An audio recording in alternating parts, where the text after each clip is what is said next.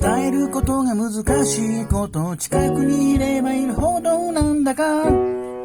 胸が痛い。眠たい夜に眠れないこと予測できない帰りを待ってる私がいる。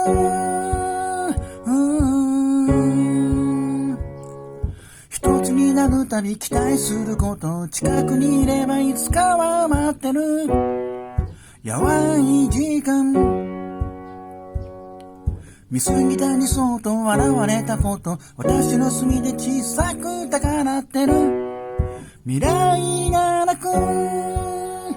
さよならは嫌わがままかしら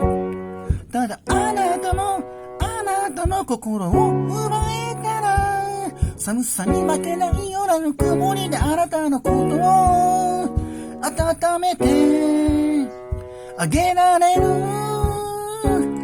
自信のある恋ばかりじゃないけれど私のこの目に嘘がないこと分かってほしいきっとこれは恋の始まり